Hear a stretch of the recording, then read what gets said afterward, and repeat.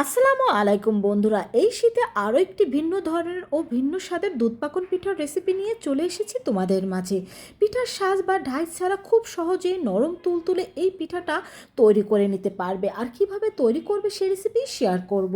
তো প্রথমে এখানে আমি 1.5 কাপ পরিমাণ পানি নিয়ে নিচ্ছি, তার মধ্যে দিয়ে দিচ্ছি স্বাদ মতো লবণ আর দিয়ে দেবো এখানে আমি 3 টেবিল চামচ পরিমাণ চিনি। এখন এই পানিটা ফুটে ওঠা পর্যন্ত আমরা অপেক্ষা করব। তো পানিটা কিন্তু ভালোভাবে ফুটে উঠেছে।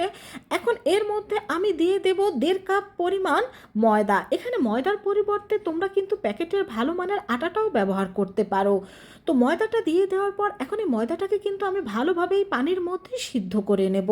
তো এটা আমার সিদ্ধ করা হয়ে গিয়েছে। এখন গরম চুলার উপর চুলার জালটা বন্ধ করে এটাকে ঢেকে আমি 5 মিনিটের জন্য রেখে দেব। তো ফিরে আসলাম আমি 5 মিনিট পরে। এখন 5 মিনিট পরে এটাকে আমরা হালকা গরম অবস্থায় ভালোভাবে মেখে নেব। তো এটাকে ভালোভাবে মেখে নেওয়া হয়ে গিয়েছে। আর এখানে আমি নিয়ে নিয়েছি একটা ডিম। স্বাভাবিক তাপমাত্রার ডিমটাকে আমি ফেটিয়ে নিচ্ছি। এখন অল্প অল্প করে ডিম দিয়ে এই ডোর সাথে আমরা ডিমটা মিশিয়ে নেব। এখানে একবারে না দিয়ে অল্প অল্প করে মিশিয়ে নেওয়া ভালো, কারণ ডিমের পরিমাণ কম বেশি লাগতে পারে। তবে এখানে আমার একটা ডিম পুরোটাই লেগেছে।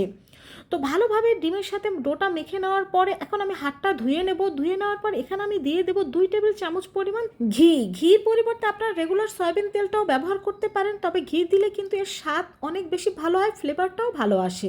তো আমাদের ডোটা কিন্তু একেবারে তৈরি। এখন এখান থেকে আমি ছোট ছোট লেচি কেটে নেব। লেচি কেটে নেওয়ার পর হাতের সাহায্যে এইভাবে চমচমের শেপে আমরা তৈরি করে নেব। দেখতেই পাচ্ছেন সবগুলো আমি তৈরি করে নিয়েছি। আর এখানে নিয়ে নিয়েছি আমি নতুন একটা চিরুনি। এখন এই চিরুনিটার গায়ে আমি ভালোভাবে একটু তেল ব্রাশ করে নেব। আজকে এই চিরুনি দিয়ে আমরা পিঠাটা তৈরি করে নেব। আর তেলটা ব্রাশ করে নিলে এই চিরুনির সাথে কিন্তু পিঠাটা লেগে থাকবে না। তো এই যে একটা একটা করে ডো নিয়ে আমরা এইভাবে চিরুনির গায়ে ঠিক চেপে চেপে লাগিয়ে দেব। তারপরে এইটাকে আস্তে আস্তে করে এইভাবে করে তুলে নেব। তো এটাকে আস্তে আস্তে তুলে নেওয়ার পর এর যে দুই পাশের অংশটা রয়েছে আমরা একসাথে এইভাবে রাউন্ড করে মিলিয়ে দেব। বাস তৈরি হয়ে গেল আমাদের সুন্দর ডিজাইনের একটা পিঠা। আর এটাকে ভালোভাবে সিল করে দেবেন, তা না হলে কিন্তু ভাজার সময় খুলে যাবে। তো আরও একটা তৈরি করে দেখিয়ে দিচ্ছি। দেখুন বন্ধুরা, কত সহজভাবে এই পিঠাটা তৈরি করে নেওয়া যায়। আর এটা দেখতেও কিন্তু মাশাআল্লাহ অনেক বেশি সুন্দর ছিল। তো একইভাবে কিন্তু আমি সবগুলো পিঠা এখানে তৈরি করে নিয়েছি। এখন এই পিঠাগুলো আমি গরম তেলে ভেজে নেব। তো চুলায় আমি তেলটা গরম দিয়ে দিয়েছিলাম। এখন এর মধ্যে একটা একটা করে পিঠা দিয়ে দেবো। আর পিঠাটা দেওয়ার সময় আপনারা এই যে অংশটা রয়েছে এই অংশটা ভালোভাবে একটু চেপে চেপে দেবেন, তা না হলে কিন্তু পিঠাগুলো খুলে যেতে পারে। তো সবগুলো পিঠা আমি দিয়ে দিয়েছি। এখন পিঠার একটা সাইড হয়ে গেলে আমি অন্য একটা সাইড উল্টে দেব।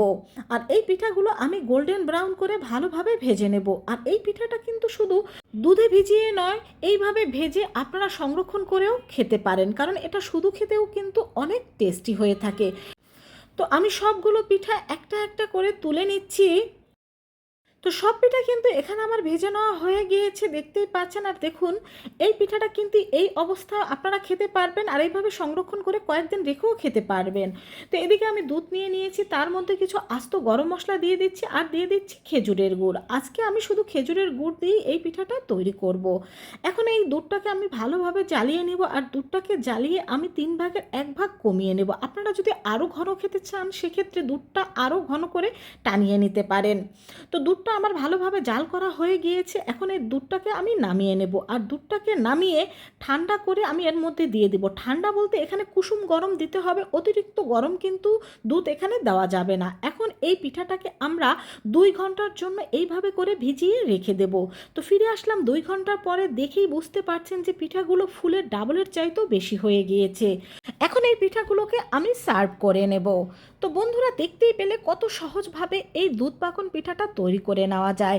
এটা দেখতে যত সুন্দর, খেতে কিন্তু তার থেকে আরও বেশি টেস্টি। আর বিশেষ কথা হলো এটা তৈরি করার জন্য কিন্তু কোনো সাজ বা ঢাইজের প্রয়োজন নেই। এছাড়া একটা পিঠা তৈরি করে কিন্তু আপনারা 2ভাবেই খেতে পারেন। তো এটা কতটা নরম তুলতুলে হয়েছে সেটাও আপনাদের দেখিয়ে দিচ্ছি। দেখুন পিঠাটা কতটা নরম হয়েছে। তো আশা করছি আমার এই সহজ রেসিপিটি আপনাদের খুব ভালো লেগেছে। ভালো লাগলে পেজটি ফলো করে চ্যানেলটি সাবস্ক্রাইব করে পাশে থাকবেন। আল্লাহ হাফেজ।